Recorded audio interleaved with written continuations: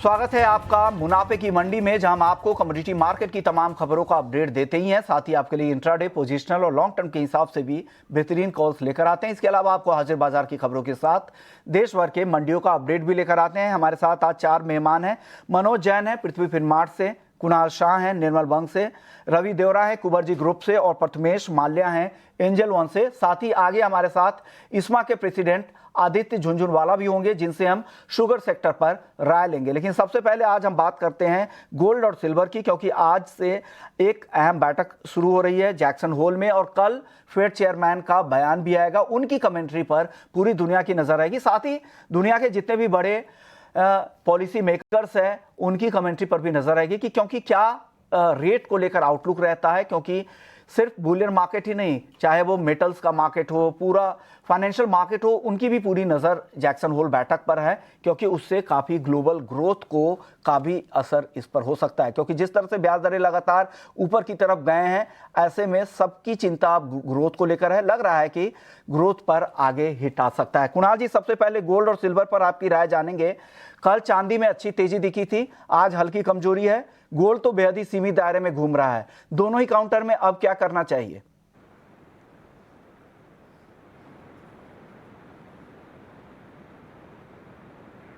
कुणाल जी, आपका audio mute है, unmute करके प्लीज जवाब दीजिएगा गोल्ड और सिल्वर पर।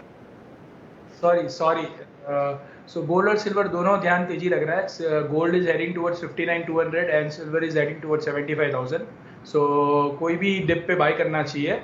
100-150 रुपया डिप पे सिल्वर बाय करना चाहिए, 50-60 रुपया डिप पे गोल्ड बाय करना चाहिए। It both are heading higher.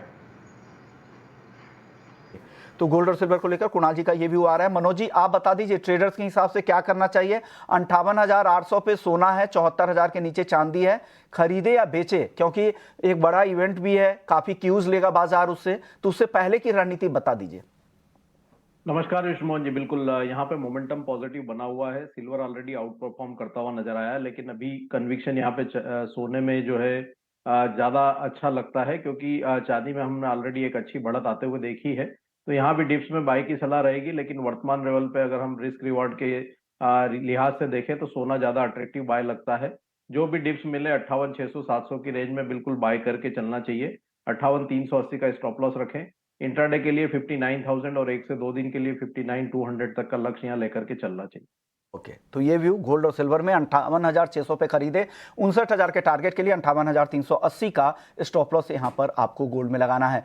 Prathamesh ji, आपकी कॉल क्या है गोल्ड सिल्वर में?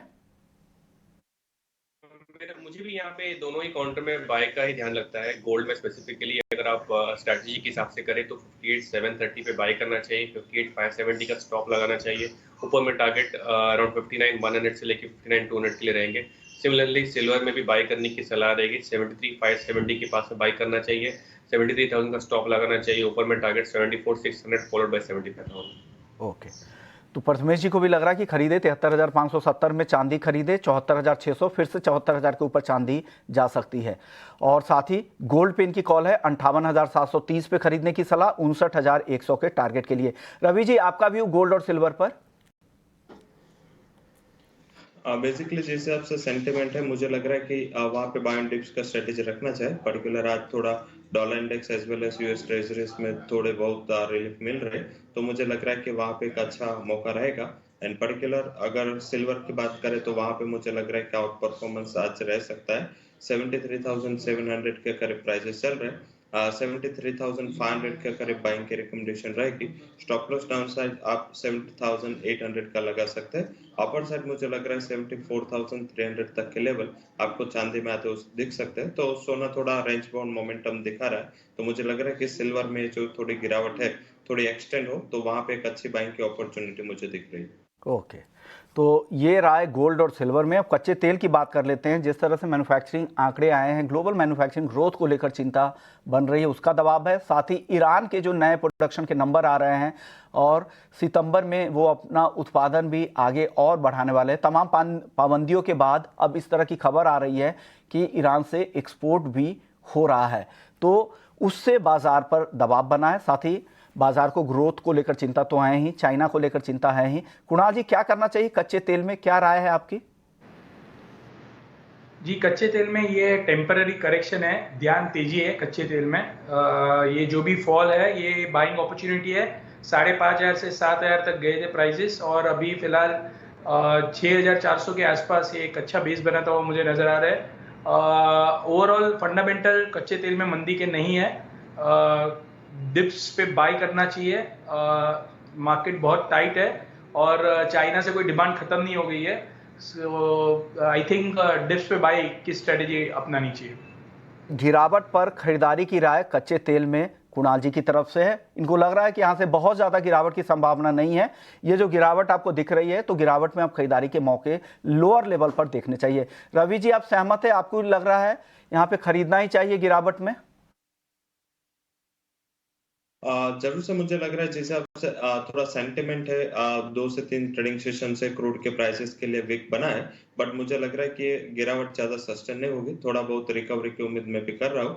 हालांकि ये डायरेक्टली आप फ्यूचर से अप्रोच ना करें क्योंकि फ्यूचर थोड़ा अभी भी वॉल्टाइल है। तो मुझे लग रहा है कि वहां पे कॉल ऑप्शन से ट्राई करें।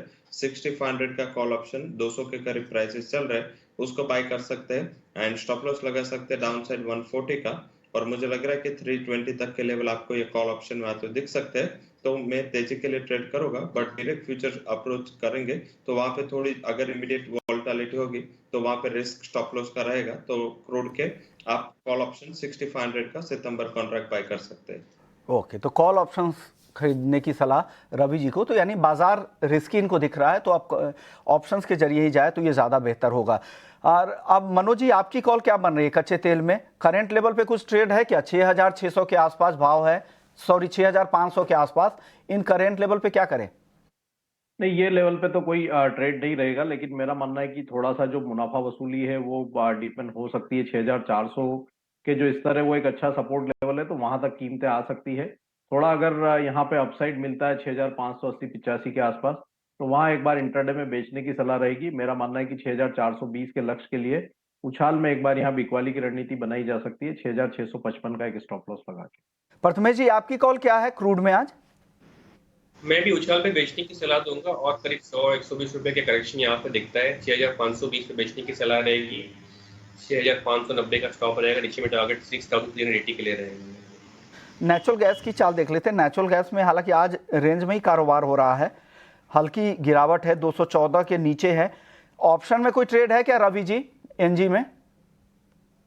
जरूर से ऑप्शन से ट्रेड लेना चाहिए क्योंकि वहां पे मुझे लग रहा है कि शॉर्ट टर्म आउटलुक थोड़ा बेटर हो रहा है एंड पर्टिकुलर ये इन्वेंट्री आज जो आने वाले है उसके बाद थोड़ा प्राइसेस में एक उछाल देखने को मिलेगा एंड 200 के करीब सपोर्ट भी सेंटिमेंटल अच्छा है। तो आई थिंक मुझे लग रहा है कि नेक्स्ट जो कॉन्ट्रैक्ट है सितंबर कॉन्ट्रैक्ट उसमें 210 के स्ट्राइक का कॉल ऑप्शन बाय करें 15 के करीब।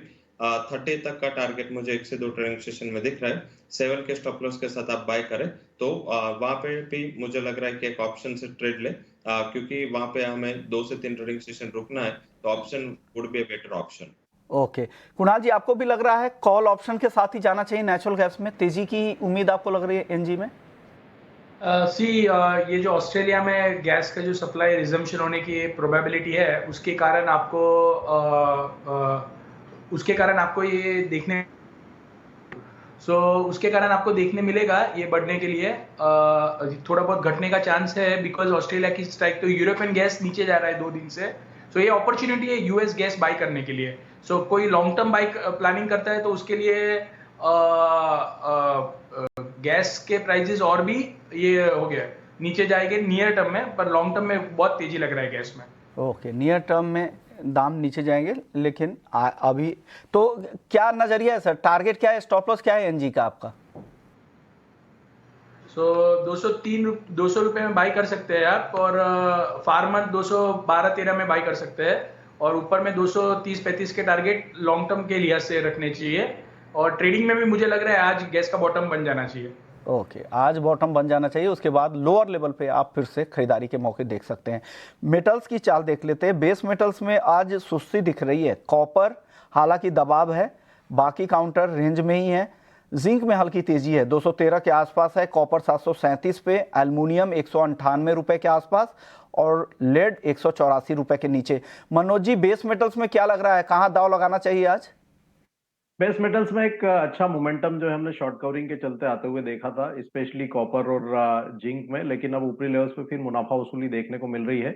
लेकिन लेड यहाँ पे एक सस्टेनेबल जो है वो अपवर्ड मूवमेंट दिखा रहा है, जिस तरह से वहां पे इन्वेंट्री में लगातार गिरावट देखने को मिल रही है। तो मेरा मानना है कि जो लेड का सितंबर वायदा 185-50 पर यहाँ बाइंग की रणनीति बना के चलना चाहिए। ऊपर में 189 तक के लक्ष्य जो है 1 से 2 दिन के लिए लेकर के चले। एक स्टॉप लॉस जो रखना है 184 पर रखना है। ओके, 184 के स्टॉप लॉस के साथ यहाँ पर लेड खरीदने की सलाह है। कुणाल जी, आपकी कॉल क्या होगी बेस मेटल्स में? और जिंक में आपको 5 से 6 रुपए की अपसाइड देखने मिल सकती है। 225-26 very likely, so zinc buy कीजिए। फंडामेंटल बहुत सपोर्टिव है फिलहाल और प्राइसेस बढ़ेंगे। और प्रथमेश जी, आपकी कॉल बेस मेटल्स में? कॉपर को बाय करना चाहिए 733 पर, 730 का स्टॉप रहेगा। टारगेट ऊपर में 739 के लिए रहेंगे। आप भी कॉपर खरीदारी पसंद कर रहे हैं रवि जी बेस मेटल्स में? जरूर से मेरी भी रिकमेंडेशन 733 पे बाई की रहेगी। कॉपर में मुझे लग रहा है कि रिकवरी दिखनी चाहिए। 745 का टारगेट रहेगा, 726 वुड बी स्टॉप लॉस। मुझे भी लग रहा है कि कॉपर आउट परफॉर्म कर सकता है। नेगेटिव न्यूज के बावजूद भी कमोडिटी ने सस्टेन किया। अगर कुछ भी पॉजिटिव ट्रिगर आते हैं तो वहां पे एक अच्छी रिकवरी के लिए कॉपर प्रिपेयर। ओके, यानी कॉपर खरीदने की सलाह यहाँ पर आ रही है। आप सभी का स्वागत है। अब करेंसी मार्केट की चाल देख लेते हैं। हालांकि करेंसी मार्केट में आज मजबूती दिख रही है। डॉलर के मुकाबले रुपया 82 रुपये 50 पैसे के आसपास है। कुणाल जी, आपका व्यू क्या है यूएसडी INR पे?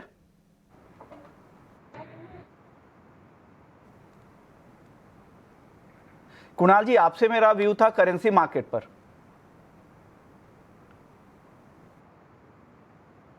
ऑडियो में कुछ दिक्कत हो रही है। मनोज जी, यही सवाल आपसे होगा, क्या लग रहा है रुपए की ये मजबूती जारी रहेगी? 82.5 के आसपास है, 83 के ऊपर जाने के बाद, रिकॉर्ड के बेहद करीब जाने के बाद फिर से अब धीरे धीरे मजबूती लौट रही है। क्या लग रहा है यहाँ पर यूएसडी INR में?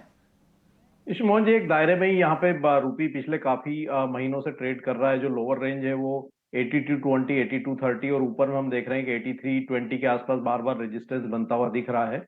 तो अभी फिर एक बार हम यहाँ पे लोअर रेंज के आसपास जो है पेयर को आते हुए देख रहे हैं। तो मेरा मानना है कि अब यहाँ पे गिरावट जो है वो रुकती हुई नजर आएगी। रुपया फिर एक बार कमजोरी दिखा सकता है। 8240 के आसपास यहाँ पे यूएसडी INR में बाइंग की सलाह रहेगी 8220 के स्टॉप लॉस से। ऊपर में 8280 तक के लक्ष्य जो है वो लेकर के चल सकते हैं। ओके, कुणाल जी, आपका व्यू क्या है यूएसडी INR पर? आई थिंक मुझे लग रहा है कि और भी नीचे जाएंगे। धीरे धीरे 82 के लेवल्स आ जाएंगे। ये जो डॉलर इंडेक्स का जो मूव आया था वो सस्टेनेबल नहीं था और 104 का पीक आउट हो गया ऐसा लग रहा है। 102 हो जाएगा धीरे धीरे डॉलर इंडेक्स। सो रुपये 82 के नीचे भी जा सकता है। ओके, ग्वारसीड और ग्वारगम यहाँ पर अच्छी तेजी दिख रही है। रवि जी, क्या सलाह है? ग्वारसीड ग्वारगम में 1% की तेजी दिखा रहा है दोनों काउंटर। कमोडिटी लगातार 6200 के सपोर्ट के साथ वहां पे ट्रेड कर रहे हैं। मुझे लग रहा है कि ग्वारसीड में बाइंग की अच्छी अपॉर्चुनिटी है एंड अपर साइड मुझे लग रहा है कि 6450 के लेवल आपको दिखने चाहिए। तो ग्वारसीड बाय करके स्टॉप लॉस 615। तो मुझे लग रहा है कि ये नेक्स्ट कॉन्ट्रैक्ट आप बाय कर सकते हैं एक अच्छी रैली। सर, आपके ऑडियो में कुछ ग्लिचेज है। आपके कॉल्स दर्शकों को बता देता हूं। 6450 का टारगेट है, 6115 का स्टॉप लॉस लगा है, 6300 रुपए के लेवल पे आपको खरीदना है। चलिए, लेकिन एक अहम खबर का रुख कर लेते हैं, वो शुगर सेक्टर को लेकर है और हमारे साथ आदित्य झुंझुनवाला साहब हैं, प्रेसिडेंट हैं इस्मा के, इंडियन शुगर मिल्स एसोसिएशन के। शुक्रिया सर, आपने वक्त निकाला हमारे लिए। सर, सबसे पहला सवाल आपसे होगा, क्या एक्सपोर्ट को लेकर किस तरह की खबर आ रही है? गवर्नमेंट के साथ आप लोगों ने प्रेजेंटेशन भी रखा था, इथेनॉल ब्लेंडिंग के टारगेट को कैसे अचीव किया जा सकता है, इस पर आप लोगों की इस्मा की प्रेजेंटेशन थी। लेकिन मेरा सवाल होगा, क्या एक्सपोर्ट अभी जो पाबंदी लगाई गई है, दूसरा कोटा नहीं आया है, क्या परमानेंट एक्सपोर्ट बैन भी किया जा सकता है क्या? जहां तक एक्सपोर्ट का सवाल है, इस्मा ने 6 मिलियन टन के लिए गवर्नमेंट से रिक्वेस्ट किया था, जो गवर्नमेंट ने हमारी मांग को एक्सेप्ट किया था और करंट सीजन में 6 मिलियन टन का एक्सपोर्ट अलाउ किया था। जहां तक नेक्स्ट ईयर की बात है, अभी जो हमारा विचार है कि सरकार ने इस पे कोई निर्णय नहीं लिया है। जो हमारे इस्मा के आंकड़े हैं उसके हिसाब से डाइवर्जन के बाद 317 लाख टन चीनी का हमारे उत्पादन संभव लगता है और हमारी जो डोमेस्टिक रिक्वायरमेंट है वो 275 लाख टन है। अगर हमारे पास देखें तो 4 मिलियन टन हमारे पास सरप्लस शुगर होना चाहिए और उसको ध्यान में रखते हुए हमने सरकार से ये रिक्वेस्ट करेंगे कि सितंबर में हम लोग पुनः जिस प्रकार से बारिश होती है क्रॉप का आंकलन करेंगे और सरकार से हम लोग उसके बाद रिक्वेस्ट करेंगे सितंबर एंड में या अक्टूबर में कि किस प्रकार की एक्सपोर्ट की हमें आवश्यकता होगी। सर आपने कहा 317 लाख टन के आसपास का, तो ये 2023-24 का ये प्रोडक्शन का एस्टीमेट है सर? हाँ जी, 317 लाख टन का हमारा 23-24 का अनुमान है। और बिना डाइवर्जन के, इथेनॉल के बिना डाइवर्जन के ओवरऑल कितना प्रोडक्शन होगा सर? इसमें हमने 45 लाख टन का डाइवर्जन का अनुमान रखा है, जो इस वर्ष 40 लाख था जिसको हमने बढ़ा के 45 लाख टन का रखा है कि अगले साल 45 लाख टन चीनी कन्वर्ट होगी एथेनॉल में। ओके, 45 लाख टन अगर इथेनॉल के लिए कन्वर्जन होगा तो कितना करोड़ लीटर इथेनॉल बनेगा सर यहाँ पर? करीब करीब आप समझें कि शुगर मिल से 550 करोड़ लीटर की उत्पादन होगा एथेनॉल का शुगर इंडस्ट्री के तहत। ओके, लेकिन सरकार का जो टारगेट है सर 20% ब्लेंडिंग के लिए, तो और कितनी कैपेसिटी आप लोगों को बढ़ानी पड़ेगी? टोटल जो सरकार का टारगेट है उसके हिसाब से 1400 करोड़ लीटर की आवश्यकता है, जिसमें कि शुगर सेक्टर को 750 करोड़ लीटर सप्लाई करना है। ओके, तो अगर हमको 450-500 करोड़ लीटर से 750 करोड़ लीटर पहुंचना है तो हमें अपनी जो उत्पादन क्षमता है, जो करंटली हमारी 700 करोड़ लीटर है, उसको बढ़ा के 1000 करोड़ लीटर करना पड़ेगा, जिसके लिए कि शुगर सेक्टर को करीब करीब 17,500 करोड़ रुपए का नया कैपेक्स लगाने की आवश्यकता पड़ेगी। ओके, अब मेरा अगला सवाल ये होगा, मैं सारे आंकड़े आपसे इसलिए पूछ रहा था, इथेनॉल ब्लेंडिंग भी आपको कैपेसिटी भी बढ़ानी है, सरकार ने टारगेट भी ज्यादा दे रखा है, खपत 275-280 लाख टन के आसपास का है, इससे कम नहीं। आपको फिर अगले साल के लिए बफर भी कुछ रखने पड़ेंगे। ऐसे में आपको लग रहा है कि अगले सीजन में सरकार देगी एक्सपोर्ट की इजाजत? देखिए, अभी थोड़ा इस पे विचार करना जल्दी होगा, क्योंकि जब तक हमको क्रॉप की फाइनल पोजीशन नहीं पता लगती है, उसी हिसाब से हमको सरकार से हम उस प्रकार से रिक्वेस्ट करेंगे। जहां तक कि आप कह रहे हैं स्टॉक, अगर स्टॉक हमारे पास जैसा रखते हैं शुगर सीजन के एंड में 30 सितंबर को हमारे पास स्टॉक करीब करीब 6 मिलियन होगा, जो कि एक डिसेंट स्टॉक है और पिछले 3 सालों में इसी प्रकार का स्टॉक सरकार मेंटेन करना चाहती है और इंडस्ट्री भी उस पर कंफर्टेबल है। ओके, तो आपके पास सरप्लस कितना बचेगा सर? 275-280 मान लीजिए मैंने हटा दिया खपत के लिए, 60 अगले साल के रिजर्व के लिए, ओपनिंग स्टॉक और ये दोनों जोड़ के आपके पास फिर एक्सपोर्ट के लिए कितना बचेगा जिसके लिए आप पिच कर सकते हैं सरकार के पास? करीब करीब हमको लगता है कि 4 मिलियन, करीब 40 लाख टन चीनी सरप्लस होनी चाहिए। तो आपको लग रहा है कि ये चीनी सर बाहर भेजने के लिए सरकार इजाजत देगी?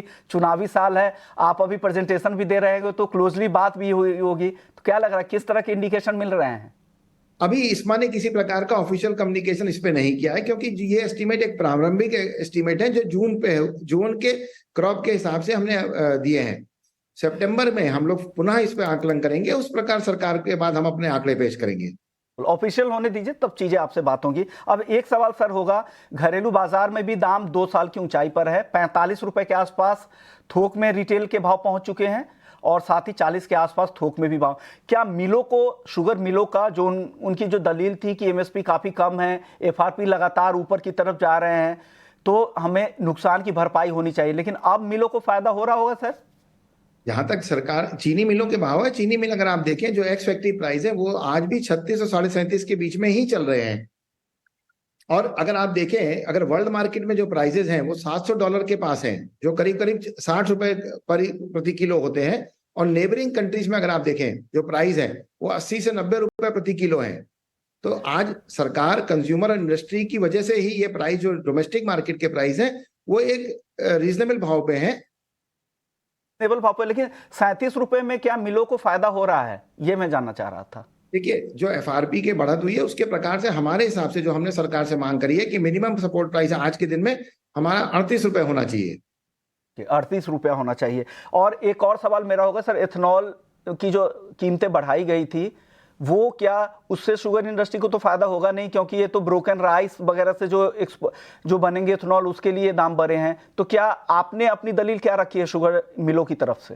देखिए, कुछ शुगर इंडस्ट्रीज में भी हमने डुअल फीड डिस्टिलरी लगाई है, जो कि सीजन में मोलासेस पे चलती हैं और ऑफ सीजन में ग्रेन पे चलती हैं। तो जहां तक पहले हमको सरकार के द्वारा एफसीआई के द्वारा राइस मिलता था, जो कि किसी कारणों से अभी उपलब्ध नहीं हो पा रहा है, इसलिए चीनी मिलों को और ग्रेन बेस्ड डिस्टिलरीज को बाजार से राइस को खरीदना पड़ रहा है।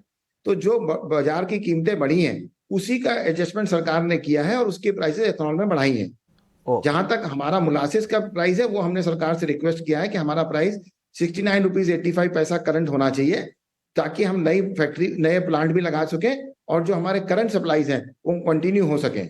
ओके, शुक्रिया झुंझुनवाला साहब, आपने वक्त निकाला, तमाम मुद्दों पर राय रखी है, पूरा विश्लेषण बताया। फिर से नए सीजन में आपसे बात होगी, जब नया सीजन शुरू होगा आप लोगों की क्या डिमांड है हम उस सरकार तक लेकर जाएंगे। चलिए आगे बढ़ते हैं और अब बात कर लेते हैं एग्री सेक्टर में ही मसालों की, क्योंकि कल जीरे में तेज गिरावट दिखी थी और आज भी जो तेजी शुरुआती दिख रही थी वो अब गायब होती दिख रही है, 56,600 पे आ गया है। मनोज जी, क्या कॉल बन रहा है मसालों में, कोई पीक यहाँ पर? मसालों में यहाँ पे जीरे में जो प्रेशर है वो आगे भी कंटिन्यू रह सकता है। 58,800 यहाँ पे स्ट्रॉन्ग जो है वो रेजिस्टेंस देखने को मिल रहे हैं। तो अगर उछाल आता है 57,858 के आसपास तो वहाँ एक बार शॉर्ट की पोजीशन ले सकते हैं। नीचे में 55,000 तक के जो स्तर है वो देखने को मिल सकते हैं। यहाँ पे ओवरऑल मसाला पैक में धनिया ज्यादा अच्छा लगता है। 7,250 एक अच्छा लेवल होगा बाइंग के लिहाज से, वहां बाय करके चल सकते हैं। 7,000 के नीचे का एक स्टॉप लॉस लगाएं। ऊपर में 7,600 के जो लक्ष्य है वो शॉर्ट टर्म में देखने को मिल सकते हैं। ओके, रवि जी आपकी टॉपिक क्या होगी मसालों में, क्या व्यू है आपका? मेरा भी यही सेम व्यू है। मैंने भी धनिया पे रिकमेंडेशन दिया है। धनिया में करंट लेवल 7300 के करीब बाय करें, स्टॉप लॉस लगा सकते हैं 7,220 के करीब। अपर साइड मुझे लग रहा है 7,480 तक के लेवल आपको दिखने चाहिए। तो फंडामेंटल वहां पे थोड़ा स्ट्रांग है, तो मुझे लग रहा है कि वहां पे बाइंग का पोजीशन एक बेटर मुनाफा दे सकते हैं। ओके, 7,480 के टारगेट से आप यहां पर खरीदारी कर सकते हैं। शुक्रिया रवि जी आपका, मनोज जी आपका, प्रथमेश जी और कुणाल जी आपका भी बहुत बहुत शुक्रिया।